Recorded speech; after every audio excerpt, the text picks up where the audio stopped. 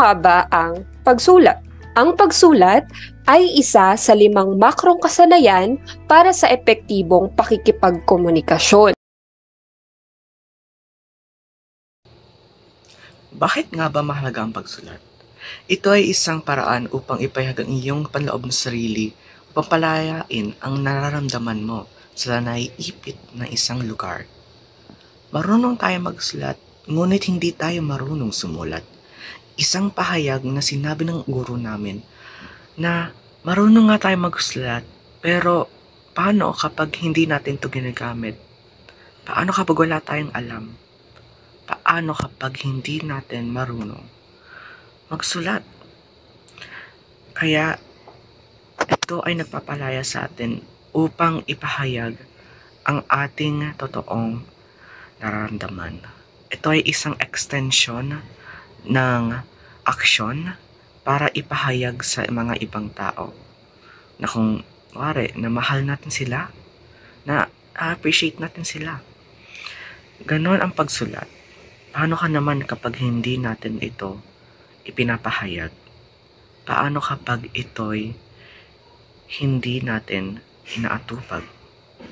Ang pagsusulat ay isang importanteng skills upang ipahayag talaga ang ating totoong nararamdaman. Malaga ang pagsusulat dahil ito ay isang pangunahing paraan ng komunikasyon at pagpapahayag sa pamamagitan ng pagsusulat.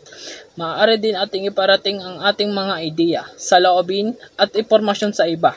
Ito rin ay magbibigay paraan sa pagtala ng kaalaman, mag-organisa ng mga kaisipan at magpreserba ng kakayahan, kultura at pagsusulat.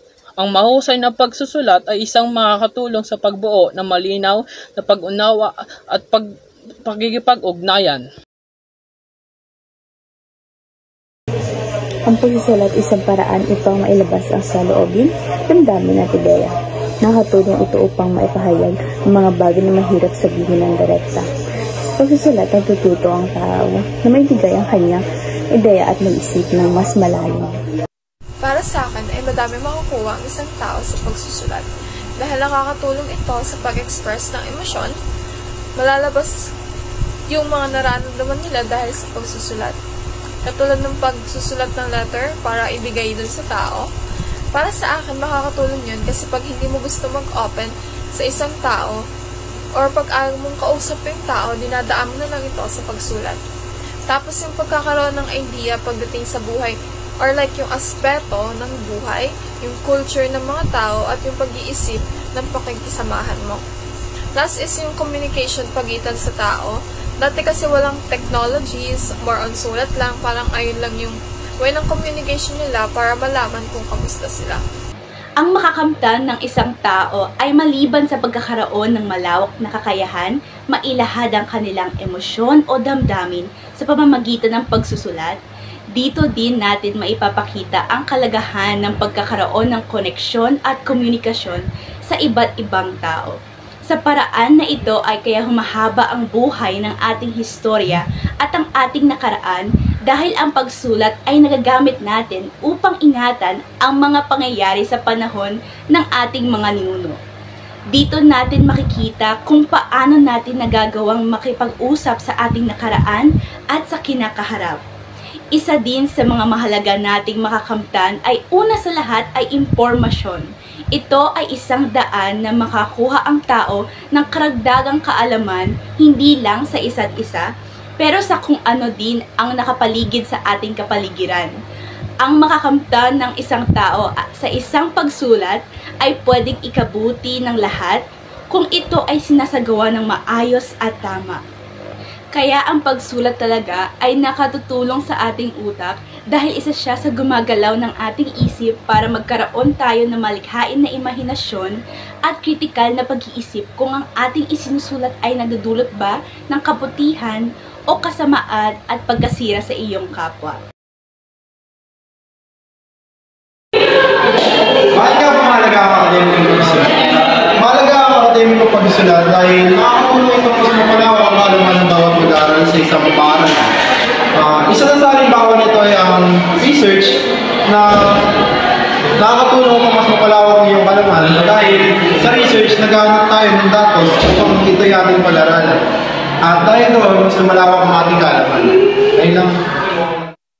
Ang akademikong pagsusulat ay isang mahalagang kasanayan at nagbibigay daan ng tao sa tao na ipahayag ang kanilang mga ideya, pagsusulit at karanasan sa pamamagitan ng salita.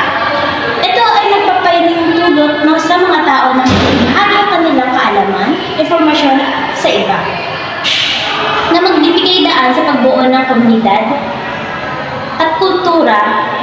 Ang pagsusulat ay nagbibigay daan din ng pahayag ng mga ebidensya at pagsusulit sa mga isyu ng pagyayari sa lipunan, na nagpapahintulot sa mga tao na maging aktibo sa kanilang kapwa at sa kanilang kapwa-tao.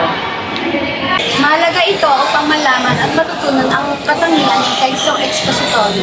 Layunin din itong mailahad o maibahagi ang mga sulatin at ang tema upang maunawaan at maiparating ito sa mga makakabasa o mga karinig. Ito ay makabuluhang pagsasalaysay na sumasailalim sa kultura, reaksyon at opinion base sa manunulat. Mahalaga ang maging malinaw, malalim at eksaktong gumamit ng mga salita upang maihayag ng maayos ang mga ideya. Mahalagang sundin ang format ng akademikong pagsulat upang ang pakikipag-ugnayan sa kapwa manunulat at pagpapakita ng pagpapahalaga sa pag-aaral at pagsusulit.